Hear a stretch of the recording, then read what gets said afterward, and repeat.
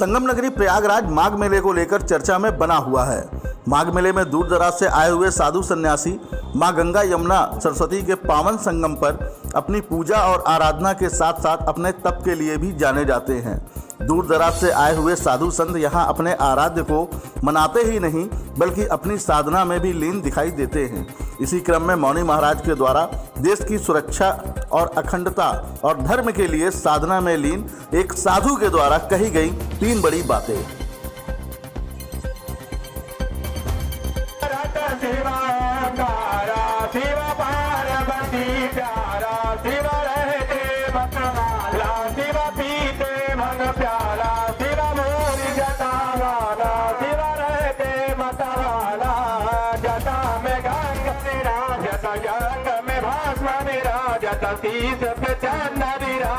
गंगा जी के संग विराजत ऊपर जलधारा हरि हर हर हर महादेव हरि हर हर हर महादेव।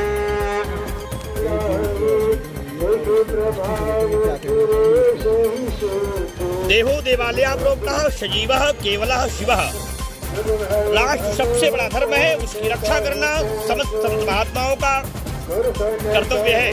गोस्वामी तुलसीदास जी महाराज ने रामचरितमानस की अर्धावली में लिखा था, जब विश्वामित्र जी को धर्म रक्षा के लिए भगवान राम को मांगने के लिए अयोध्या जाना पड़ा, उन्होंने कहा था कि हमें राम को दे दीजिए धर्म रक्षा करने के लिए।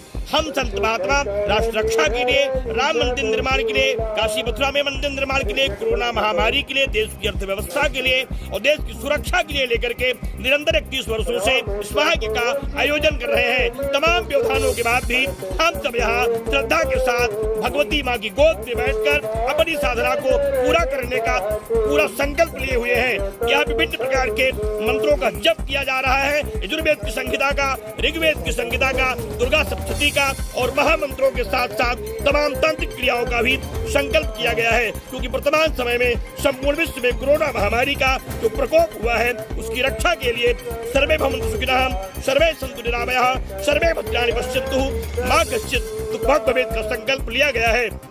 तो यज्ञशाला के मध्य में 7 रंग का एक ध्वज लगाया गया है, जो हिंदू, मुस्लिम, सिख, ईसाई और जितने भी धर्मावलंबी हैं सबकी रक्षार्थ उसको संकल्प लिया गया है कि जो भी विश्व में कहीं भी है सबकी रक्षा हो, कोई भी इस महामारी के चपेट में न आए, कोई देश ऐसा ना हो जहां पर इस महामारी से लोगों को जन हानि हो सके और धन हानि के नाते पूरा देश कंगाल न हो जाए।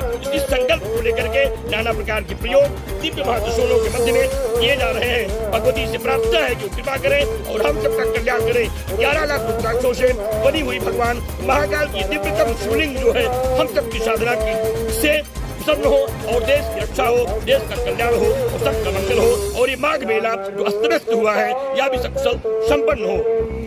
हुई है कल डीएम साहब आए, उन्होंने कहा था ये प्राकृतिक आपदा है, हम इससे पूरा सहयोग करने का प्रयास कर रहे हैं। मैं फिर भी आप चैनल के माध्यम से कहना चाहता हूँ, तमाम कलवासी यहाँ से पलायन कर रहे हैं, उन्हें रोका जाए, उनको व्यवस्था दी जाए, क्योंकि धार्मिक मेला है, आस्था से लोग यहाँ आते हैं, सैकड़ों वृद्ध यहाँ माताएं आते हैं, नौजवान आते हैं, हर तरह के लोग मेले में आते हैं। यहाँ भी जो भी व्यवधान है उसे कम किया जाए और कोई भी यहाँ से पलायन न करने पाए। जहाँ जल भराव है वहाँ व्यवस्था बढ़ाई जाए, अन्यथा मेले में अगर आए कलवासी चले गए निश्चित रूप से इसका एक गलत संदेश जाएगा, इसका पूरे देश में और अपने राष्ट्र के लिए भी अच्छा नहीं होगा।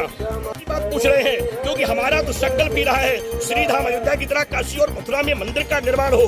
492 वर्षों बाद श्रीधाम अयोध्या के मंदिर का निर्माण प्रारंभ हुआ है। काशी और मथुरा के दिव्यतम मंदिर के निर्माण का उसी तरह मेरा संकल्प है। इसलिए हम तो यही चाहते हैं जो राम मंदिर बनवाए हैं उनको संत समाज फिर से लाएगा और आने वाले समय में एक बार फिर से सन्यासी संत महात्माओं का जो संकल्प है उसे पूरा करने वाला ये राष्ट्रवादी सरकार फिर से आए और निश्चित रूप से हम सबका संकल्प पूरा हो। तो संत महात्माओं के मन में विश्वास है कि अगर भाजपा सरकार आती है तो जो काशी और मथुरा का काम शेष है वो अभी पूरा हो जाएगा। धारा 70 की तरह जो भी बड़े कानून और देश की आवश्यकता होगी उसे देश के लिए मजबूती के साथ सरकार ले आएगी, क्योंकि योगी जी एक विरक्त है और मोदी जी भी तो और मोदी जी योगी जी एक विरक्त संत की तरह है, उनका कोई मोह नहीं है, उनको राष्ट्र की सपूत है। इसलिए आशा है कि उनका आना इस देश के लिए बहुत आवश्यक है।